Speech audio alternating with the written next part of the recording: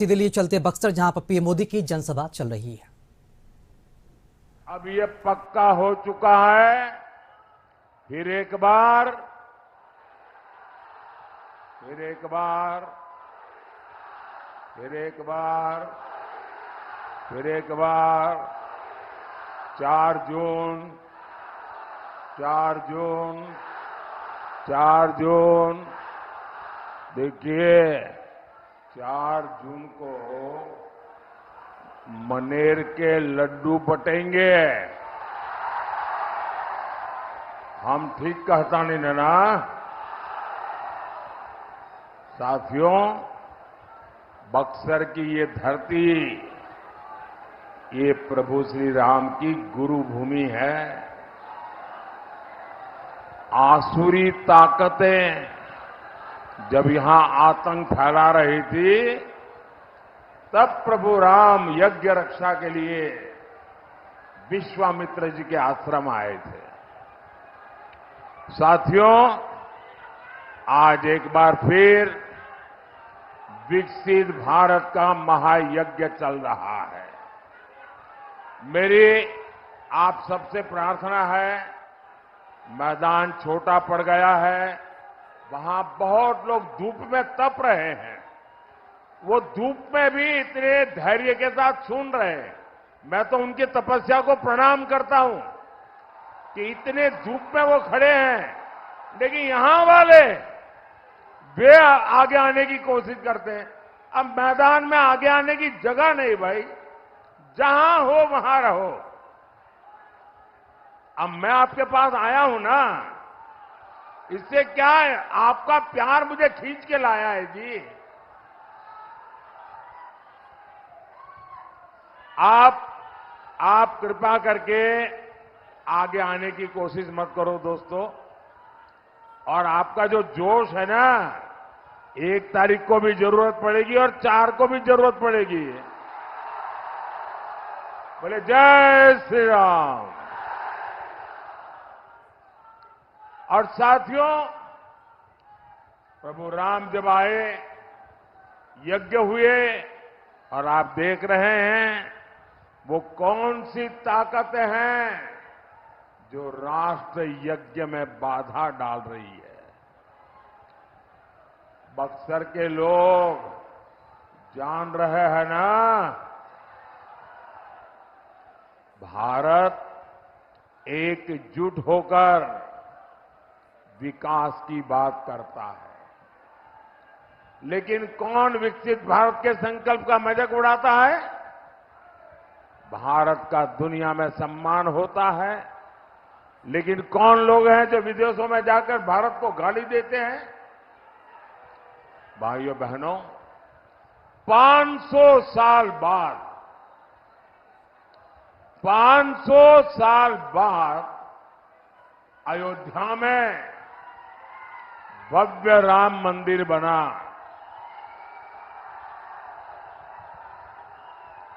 आपको गर्व हुआ कि नहीं हुआ? कितनी पीढ़ियों की साधना, कितनी पीढ़ियों का इंतजार, कितनी पीढ़ियों का बलिदान, 500 साल बाद आप सबका एक सपना पूरा हुआ। आपको खुशी हुई कि नहीं हुई? आपको आनंद हुआ कि नहीं हुआ? आपका माथा गर्व से ऊंचा हुआ कि नहीं हुआ? लेकिन वो कौन लोग हैं जिन्हें ये बर्दाश्त नहीं हो रहा है? जब पूरा देश उत्सव मना रहा था, जब बक्सर के लोग रामलला के लिए उपहार भेज रहे थे, तब कौन लोग थे जो प्राण प्रतिष्ठा का बहिष्कार कर रहे थे? वो कौन लोग हैं जो राम मंदिर को अपवित्र और पाखंड बता रहे हैं? यही कांग्रेस, आरजेडी और इंडी गठबंधन वाले लोग यही उल्टी चाल वाले हर पवित्र यज्ञ में विघ्न डालने वाले लोग, मैं बक्सर की पुण्य धरती की जनता से पूछता हूं, आप जवाब देंगे ना? आप जवाब देंगे ना? मैं जरा आपसे पूछना चाहता हूं, जिन लोगों ने ये किया है, ऐसे लोगों को सजा करोगे कि नहीं करोगे? हर पोलिंग बूथ में उनका सफाया करोगे नहीं करोगे? साथियों, देश की जनता जानती है, ये चुनाव प्रधानमंत्री बनाने के लिए है। ये चुनाव देश में मजबूत और स्थिर सरकार चुनने के लिए है। आपने 10 साल तक अपने मोदी को जांचा है, परखा है। आपको मोदी का काम भी पता है, मोदी की नीयत भी पता है, लेकिन दूसरी ओर कौन है? लोग पूछते हैं कि इंडी जमात में प्रधानमंत्री कौन बनेगा। जनता को ये हक है ना जानने का? नहीं है भाई, हक है ना? लेकिन वो जवाब नहीं देते। वो जैसे ही कोई पूछता है भाई तुम्हारा प्रधानमंत्री का कैंडिडेट कौन, तो वहां आपस में ही सील फुटबल हो जाता है। और कांग्रेस देश को अपनी जागीर समझती है।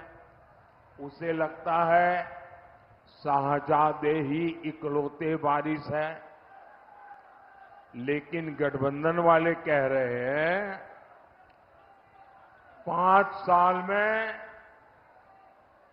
5 प्रधानमंत्री बनेंगे। जरा सोचिए, 5 साल में 5 प्रधानमंत्री, इतना बड़ा देश ऐसे चल सकता है क्या? बताइए ना, चल सकता है क्या? भ्रष्टाचार इनके संस्कारों में इतना गहरे तक बैठा है, ये देश को भी नोटों की गड्डी के रूप में देखते हैं। ये देश चलाने जा रहे हैं या बैंक लूटने जा रहे हैं, और जो लूट का माल आपस में बांट लेंगे। साथियों, एनडीए सरकार के पास ट्रैक रिकॉर्ड है, भविष्य का विजन है। हमने 4 करोड़ गरीबों को पक्के घर, पीएम आवास दिए हैं। आप एनडीए को वोट देंगे? आप बीजेपी एनडीए को वोट देंगे तो हम और 3 करोड़ गरीबों को घर देंगे। हमने गरीबों को मुफ्त इलाज के लिए आयुष्मान कार्ड दिया है। आप एनडीए को वोट देंगे तो हम 70 वर्ष से अधिक के सभी बुजुर्गों को मुफ्त इलाज देंगे। आप बीजेपी को वोट करेंगे तो हम पीएम सूर्यघर मुफ्त बिजली योजना से आपका बिजली बिल 0 कर देंगे। आप बीजेपी को वोट देंगे तो 3 करोड़ बहनें लखपति दीदी बनेगी। आप बीजेपी को वोट देंगे तो आपको 5 साल तक मुफ्त राशन मिलेगा। आप बीजेपी को वोट देंगे, आतंकवाद और नक्सलवाद मुंह नहीं उठाएगा। ये हम बोलते हैं, ठीक है? ये लोग क्या बोलते हैं? एनडीए वाले क्या बोलते हैं? इंडी की जमानत क्या बोलती है? ये इंडी की जमानत क्या, जो जमात है वो क्या बोलती है? एनडीए वाले क्या बोलते हैं वो मैंने आपको बताया। अब मैं बताता हूं इंडी वाले क्या बोलते हैं। वो कहते हैं उन्हें वोट चाहिए। क्यों? वो सीएए को रद्द करना चाहते हैं। इन्हें वोट चाहिए, वो घुसपैठियों को फ्री एंट्री दिलाना चाहते हैं। इन्हें वोट चाहिए क्योंकि कश्मीर से 370 वापस लाना चाहते हैं। इन्हें सीमा पर से बिहार और बक्सर के बेटों को खून बहाना है। साथियों, ये इंडी गठबंधन वाले तुष्टीकरण के लिए, अपने वोट बैंक के लिए कुछ भी कर सकते हैं। इन्हें आपकी संपत्ति की एक्सरे जांच करवानी है। ये आपकी जीवन भर की कमाई को अपने वोट बैंक को, वोट जिहाद वालों को देना चाहते हैं। कांग्रेस कहती है देश की संपत्ति पर पहला हक मुस्लिमों का है। क्या बिहार इन देश विरोधी एजेंडे को वोट कर सकता है कभी? क्या ऐसे लोगों को वोट कर सकता है क्या? साथियों, मैं बक्सर की जनता को एक और षड्यंत्र से आगाह करने आया हूं।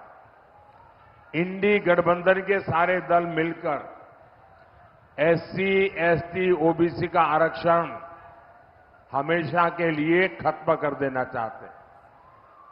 आप खुद देखिए, कांग्रेस ने कर्नाटक में ओबीसी का आरक्षण रातों रात मुसलमानों को दे दिया। मैंने इस पर सवाल उठाया तो आरजेडी ने कहा कि पूरा का पूरा आरक्षण मुसलमानों को ही देना चाहिए। बंगाल में टीएमसी ने मुसलमानों की 77 जातियों को ओबीसी घोषित करके उन ओबीसी का हक मुस्लिमों और घुसपैठियों में बांट दिया।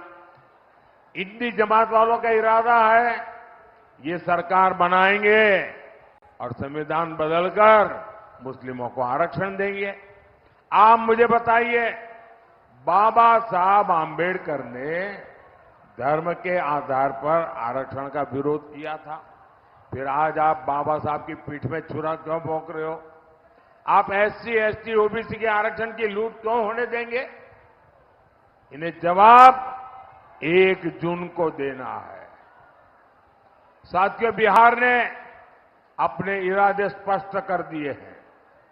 बिहार अब विकास के रास्ते से हटने वाला नहीं है।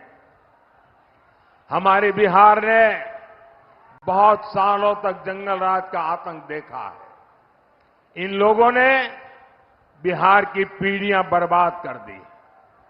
कौन भूल सकता है, शाम तक बच्चा घर न आए तो मां परेशान हो जाती थी।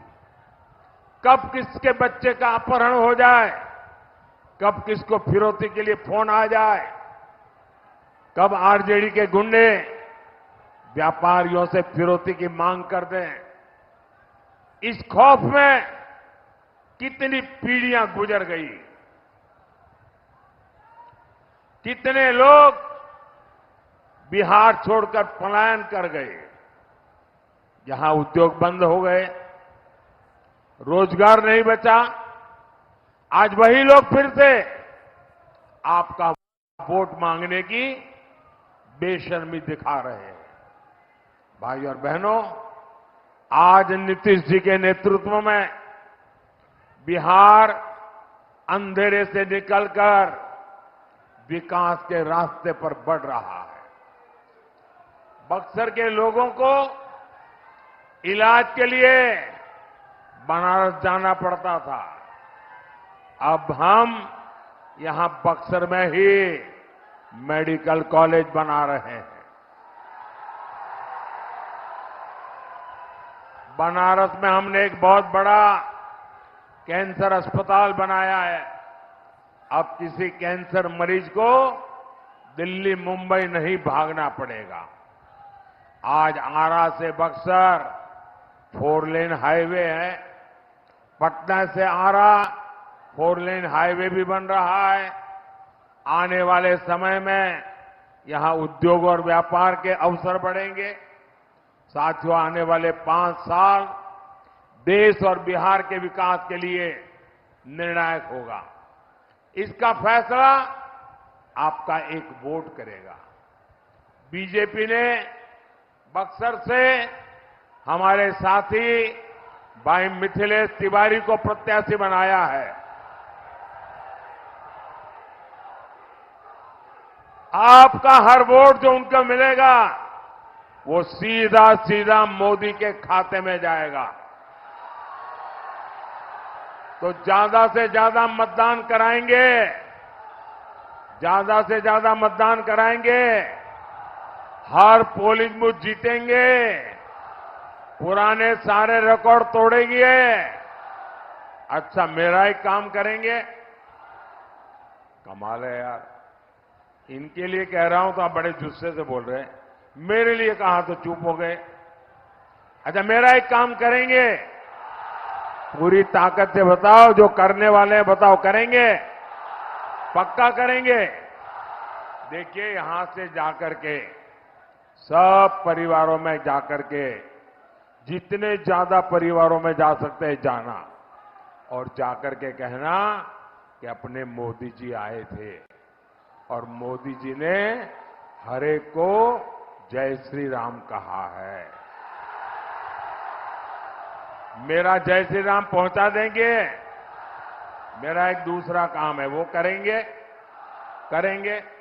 हर गांव में देवस्थान होते हैं, आप उन देवस्थानों में सब लोग जाए, गांव वाले, और देवस्थान में जाकर के मत्था टेके और ईश्वर से आशीर्वाद मांगे कि मोदी जी की इच्छा है, मोदी जी की तरफ से हम मत्था टेकने आए हैं और विकसित भारत के लिए आशीर्वाद दीजिए। करेंगे? पक्का करेंगे? बोलिए भारत माता की, भारत माता की। बहुत बहुत धन्यवाद।